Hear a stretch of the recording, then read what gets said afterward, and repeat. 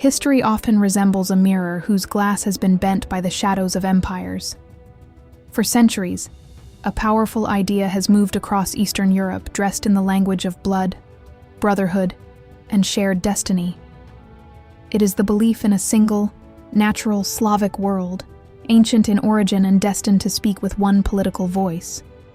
Let us draw the line clearly from the beginning. Slavic languages are real. Cultural kinship is real. Centuries of exchange, migration, faith, conflict, and shared memory are real. The myth begins when this immense and varied human landscape is presented as one timeless political nation, waiting for a chosen power to awaken it, lead it, and rule in its name. Today we open the archives to follow that transformation. We begin with a loose name on the northern frontier of the Eastern Roman Empire. We watch it become a literary language, then a romantic vision, then a political doctrine. And finally, in the hands of an expanding empire, we see fraternity sharpened into an instrument of control. We enter the mists of the 6th century.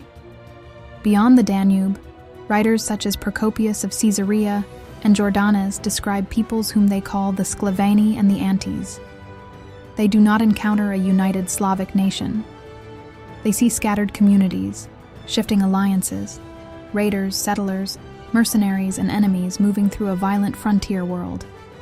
Procopius says that the Sclaveni and Antes are not ruled by one man. Decisions are made collectively, and their settlements lie far apart.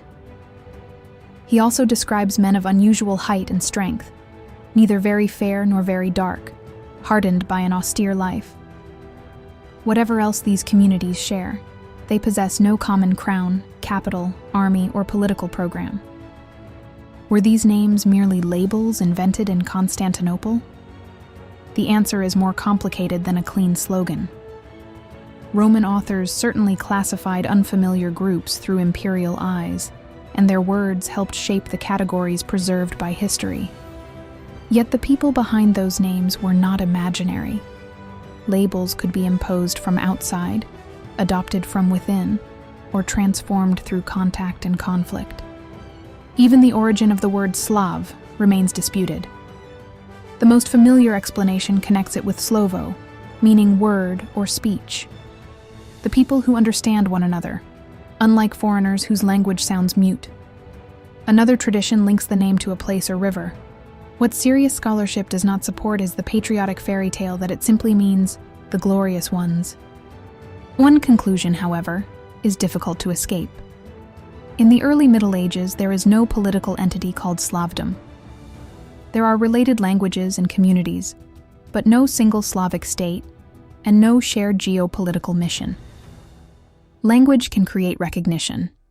It does not automatically create obedience, borders, or a throne.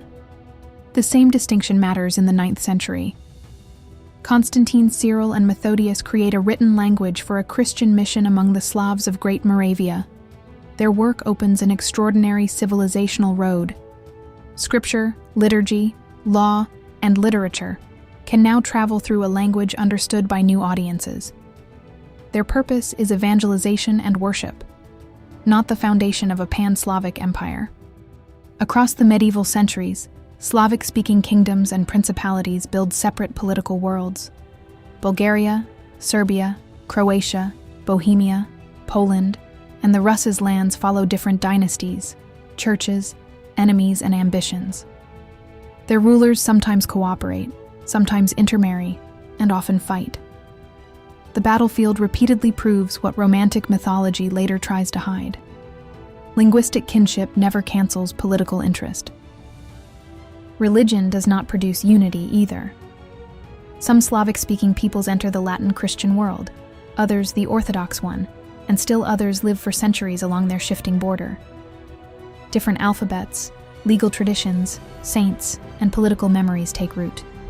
Long before modern nationalism, these societies already possess reasons to see themselves as neighbors rather than fragments of one broken nation. The first grand attempts to write all these peoples into one heroic past emerge much later. In 1601, the Ragusan Benedictine Mavro Orbini publishes The Kingdom of the Slavs. It is an enormous and imaginative genealogy in which Goths, Thracians, Illyrians, and even the ancient Macedonians are drawn into a single Slavic story. Orbini is not conducting history by modern standards. He is building dignity for South Slavs living in an age of imperial pressure, using the sources, legends, and humanist habits available to him. His book contains valuable material, but also bold inventions. Its importance lies less in what it proves about antiquity than in what it reveals about the needs of the 17th century. In 1722, during the reign of Peter I, an abridged Russian translation appears in St. Petersburg. Peter's state is already transforming itself into a European empire, hungry for usable histories. Orbini's sweeping vision offers a prestigious past and a vocabulary of kinship. Yet this is still not the fully developed Pan-Slavism of the 19th century. The weapon is not forged in a single moment. Another early figure makes the story even more revealing. Juraj Križanić, a Croatian Catholic priest educated in the West, travels to Russia hoping to encourage Christian reconciliation, political reform, and a common literary language. The Russian authorities do not welcome him as a prophet. In 1661, they send him into exile in Tobolsk, where he remains for roughly 15 years. In Siberia, Križanić writes the work later known as Politics. He looks toward Slavic peoples living under foreign rule and imagines cultural renewal supported by the Russian Tsar. But his thought cannot be reduced to a blueprint for Russian conquest. He criticizes Russia sharply, fears its isolation, and dreams of reform, education, and religious unity. Later generations will read him through needs he never fully shared. The decisive change begins in the age of Romanticism. Between 1784 and 1791, the German philosopher Johann Gottfried Herder describes peoples as living historical organisms, each carrying a distinctive spirit. He portrays the Slavs as peaceful agricultural communities, lovers of song and communal life, long oppressed by more aggressive neighbors, and destined for a great cultural awakening. It is a beautiful image, and beauty is often the finest carriage for a dangerous simplification. Millions of people spread across half a continent are compressed into one moral character. History becomes biology, language becomes blood, and cultural resemblance begins to look like destiny. The modern Slavic idea is born not as a conspiracy, but as a romantic act of imagination. Central European intellectuals give that imagination a largely defensive form. Jan Kolar speaks of Slavic reciprocity, while Pavel Josef Shafarik studies Slavic languages, antiquities, and literature. Living within the Austrian Empire, they seek cultural survival, publishing networks, and protection from Germanization. Their ideal is a community of letters, not a single state commanded from one capital.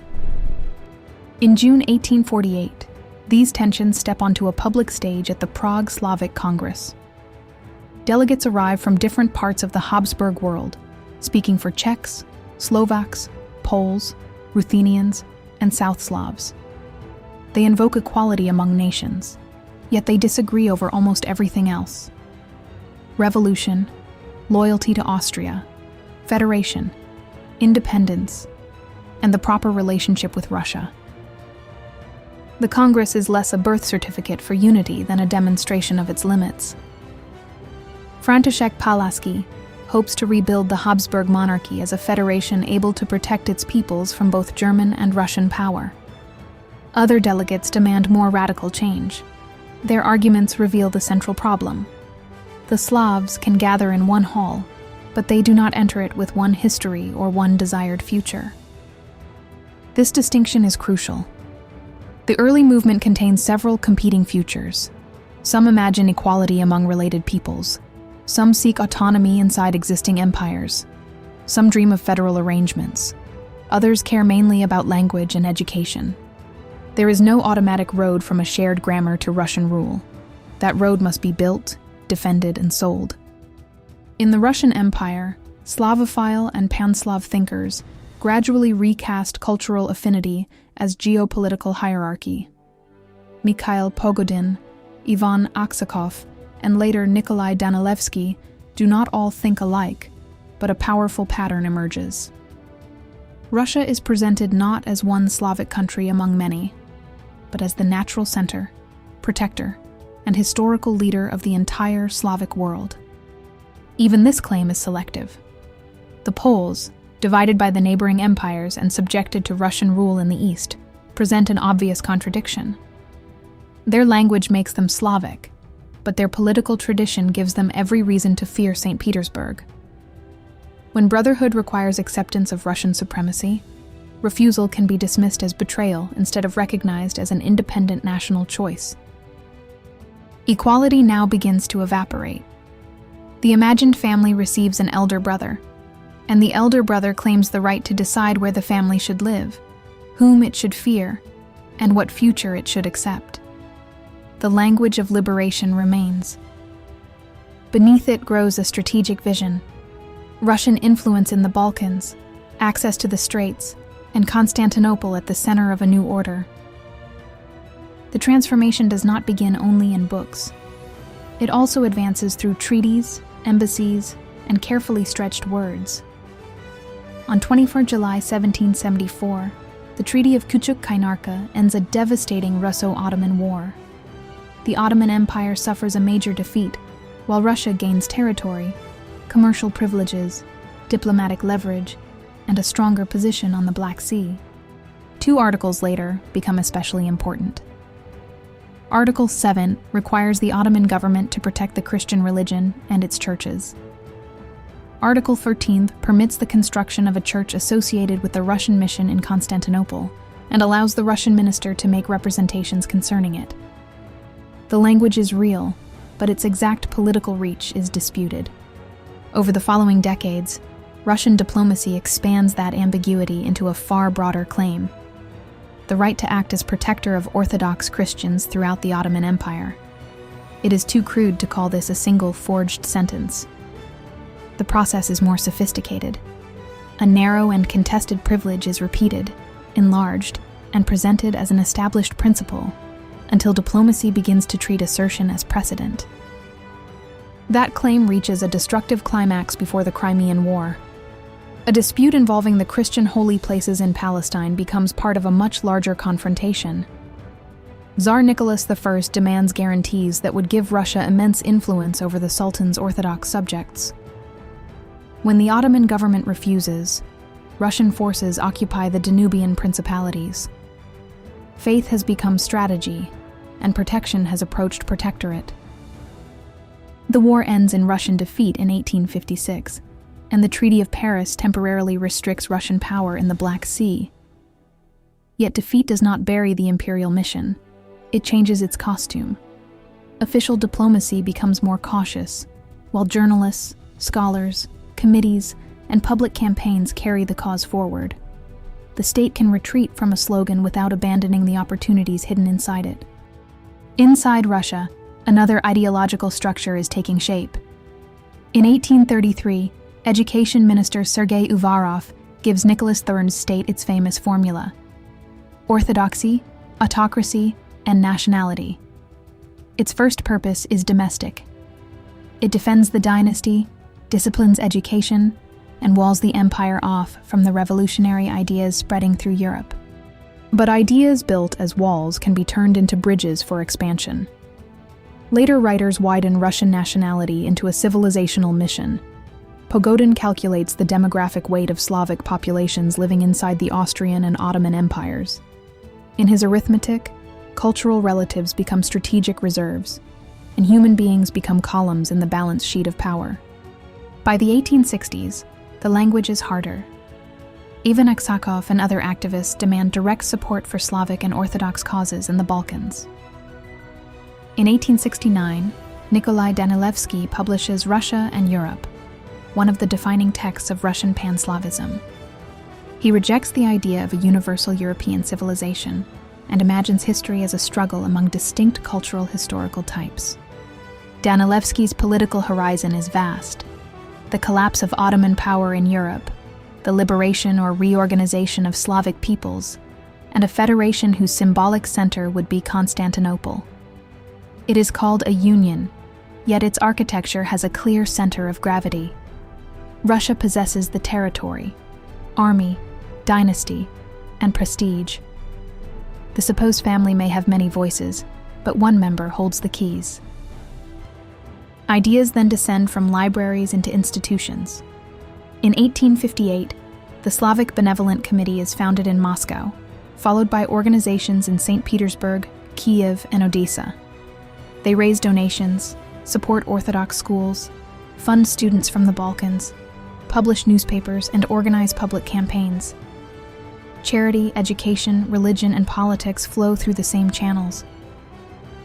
These committees are not simply secret government departments wearing false beards. Their relationship with the imperial state is more complex, shifting between cooperation, pressure, rivalry, and suspicion. Yet they create something governments always value: influence with plausible distance. Official diplomacy can sound cautious while public activists mobilize money, emotion, and demands for intervention. The Moscow Ethnographic Exhibition of 1867 shows how scholarship can become political theater. Costumes, songs, artifacts, maps, and visiting delegations present Slavic diversity inside a carefully arranged family portrait. The display celebrates many peoples, but the frame is Russian. Culture appears to speak for itself, while the host quietly decides where everyone stands in the picture. By the 1870s, humanitarian concern, religious solidarity, nationalism, and strategy become almost impossible to separate. Russian diplomats such as Nikolai Ignatiev cultivate Balkan networks and exploit every crisis that weakens Ottoman authority. Local movements still have their own goals and agency. They are not puppets. But imperial powers rarely need puppets when allies, clients, and temporary partners will do. The Russo-Ottoman War of 1877-1878 exposes this mixture. Public outrage at Ottoman atrocities is genuine. Sympathy for Christian populations is genuine. So are Russian losses on the battlefield. But moral language does not erase strategic calculation. The future of the Straits, influence in the Balkans, rivalry with Austria-Hungary, and Russia's status after the Crimean defeat all stand behind the language of liberation. The settlements that follow reveal the limits of brotherhood. Russian plans collide with the interests of Britain, Austria-Hungary, the Ottoman Empire, and the emerging Balkan states themselves. Every government invokes principle while negotiating territory. Pan-Slavism can mobilize sacrifice, but it cannot abolish geography, dynastic ambition, or the brutal arithmetic of great power politics. The maps drawn at San Stefano and revised at Berlin are therefore more than diplomatic paperwork. They expose the distance between liberation as a public promise and settlement as an international bargain. Borders are enlarged, reduced, exchanged, and delayed according to military position and great power consent.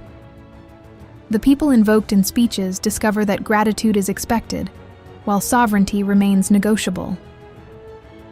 Nor do Slavic peoples respond with one voice. Polish political traditions often see Russian leadership as another form of domination. Czech and Slovak thinkers repeatedly prefer cultural reciprocity or federal reform to absorption. South Slavic projects compete with one another. Religious divisions, alphabets, borders, historical memories, and rival national programs refuse to dissolve in the warm bath of linguistic kinship. This is why the phrase Slavic unity must always be opened and examined. It can mean translation, scholarship, mutual aid, and solidarity among related cultures. It can also mean a hierarchy in which the largest state declares itself the guardian of everyone else. The first meaning creates conversation. The second quietly turns conversation into command. Modern scholarship has also transformed the debate about the earliest Slavs. In The Making of the Slavs, Florin Curta argues that the Sclaveni emerged through ethnogenesis on the frontier of the Eastern Roman Empire. From this perspective, Roman classification, warfare, diplomacy, and avar power helped create a political identity that had not previously existed in finished form. That argument remains influential, but it is not the final word. Ancient DNA has restored large-scale migration to the discussion. A major 2023 study of the Balkans found substantial movement of people carrying ancestry, similar to later Eastern European Slavic-speaking populations after Roman rule weakened. The old image of migration as pure fantasy can no longer stand untouched. Yet genetics does not resurrect the 19th century dream of a pure and timeless Slavic race. Populations mix, languages spread across communities, identities form through marriage, war, status, settlement, imitation, and political advantage. A genetic movement is not a ready-made nation marching with one memory and one purpose. Bones can reveal ancestry. They cannot sign a political manifesto. The most convincing picture, therefore, lies beyond both extremes. The early medieval transformation involved migration, demographic change, local continuity, cultural adoption, and frontier ethnogenesis. The Sclaveni were neither a biological monolith descending intact upon Europe, nor an empty word invented by Roman clerks. They were people becoming new communities in a collapsing and reforming world. The same caution applies to Pan-Slavism. Historians such as Hans Kohn have shown that it was never merely an innocent cultural awakening. In its Russian imperial form, it could become authoritarian, hierarchical, and expansionist. But Pan-Slavism was not one doctrine everywhere. Its Central European, South Slavic, liberal, federal, religious, and imperial versions often wanted radically different futures. And now the path of the word becomes visible. It begins as a name recorded on the frontier of the Eastern Roman Empire. It becomes a language of worship and literature. Romantic thinkers turn it into the soul of a vast people. National movements use it for cultural survival. Imperial strategists then seize the same vocabulary and hammer it into a claim of leadership. That is the real deception, not the existence of Slavic peoples, languages, or affinities. The deception is the claim that kinship demands submission. It is the suggestion that similarity creates a natural capital, a natural ruler, and a permanent debt of obedience. No language family carries a crown inside its grammar. History is not a dead warehouse of memories. It is a warning system. It teaches us to distinguish solidarity freely given from unity imposed from above, cultural respect from political ownership, and protection from the protector who never intends to leave. Brotherhood may be sincere. Empires are sincere too, especially about their interests. Every generation inherits both the comfort of old stories and the duty to test them. We can honor shared languages without inventing shared chains. We can recognize cultural relatives without surrendering the right of each people to choose its own road. The moment a myth demands obedience, history must enter the room, pull back the curtain, and ask the oldest question in politics: who benefits?